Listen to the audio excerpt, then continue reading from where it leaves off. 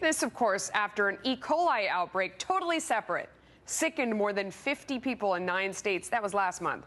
Joining me now is Turkel brand CEO Bruce Turkel. We have Scott Martin from United Advisors, also a Fox News contributor. Bruce Turkel, if there was ever a brand that needed your help cleaning things up, so to speak, it was Chipotle. I mean, first of all, what did you make of that appearance on the Today Show? Well, it's all about what the guy in charge says. And as we've talked about on your show so many times, anything you say that you follow with the word but negates the apology. Yeah. There's no I'm sorry, but it's I'm sorry and.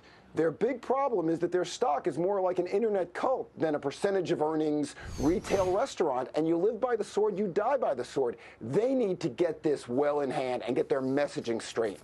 And speaking of that, Scott Martin, I mean, so these are, like we said, these are totally separate incidents. I mean, there's the norovirus, and then there's the E. coli. The CEO said that they have tested every single one of the 64 ingredients that Chipotle uses, and they still can't find the problem. I mean, that might be the scariest part of this whole entire story. They don't even know what's causing the problem. Yeah, that's a little frightening. I mean, to Bruce's point about using that word and, I mean, what you talk about after the word and is you say, this is what we're going to do to fix it, or this is what caused it, and it's not going to happen again. Because, you know, these days, word travels fast, and stomach viruses apparently travel even faster. And so if you're not ahead of this problem, or at least up to speed with it, every minute or hour a day that goes by that you don't have an answer, you're losing customers. Yeah, although I have to say, I mean, I like all my food processed and well processed, but I went by Chipotle today, and they were packed to the gills still. In spite of all this. I mean, I didn't go in, but a lot of other people were. Meanwhile, to Facebook, where founder Mark Zuckerberg posted a message of support for Muslims, writing, quote, "If you're a Muslim in this community, as the leader of Facebook, I want you to know that you are always welcome here and that we will fight to protect your rights and create a peaceful and safe environment for you." Bruce, what do you make of this one? You know, this is really where Zuckerberg is showing his leadership. The Founding Fathers made it very clear. It's not easy to be an American. It's easy to stand for freedom of speech when you believe in what's being said, but the trick is to stand for it when you don't necessarily feel comfortable for it. It's a rough neighborhood, and he's demonstrating true leadership. I'm really impressed by this because, let's face it, there are some things that even a billionaire can't fix. Yeah, I don't know about that, Scott Martin. I mean, do you agree with what Bruce Turkel had to say? I'm surprised, actually, at you, Bruce, but I like the Zuck. I mean, he's been a great boon to the stock, certainly, lately. But I'll tell you what, Melissa, I'm kind of with you. I mean, I don't like the fact that, yes, people are going to get stripped of their freedoms. I mean, that's never good, as Zuck points out. You know, that hurts everybody if it hurts anyone.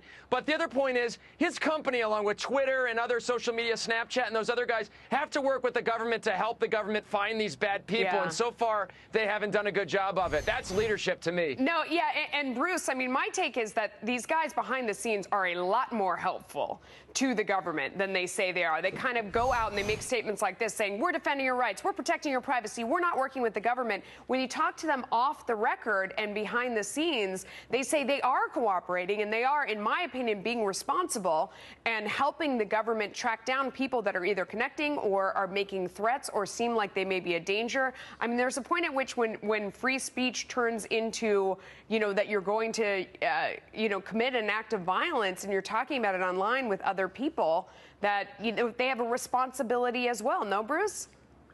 Absolutely, and that's the fine line. We have to be very careful not to confuse the two issues. That's like blaming the man who invented a car for a car accident or someone who robs a bank and uses a car.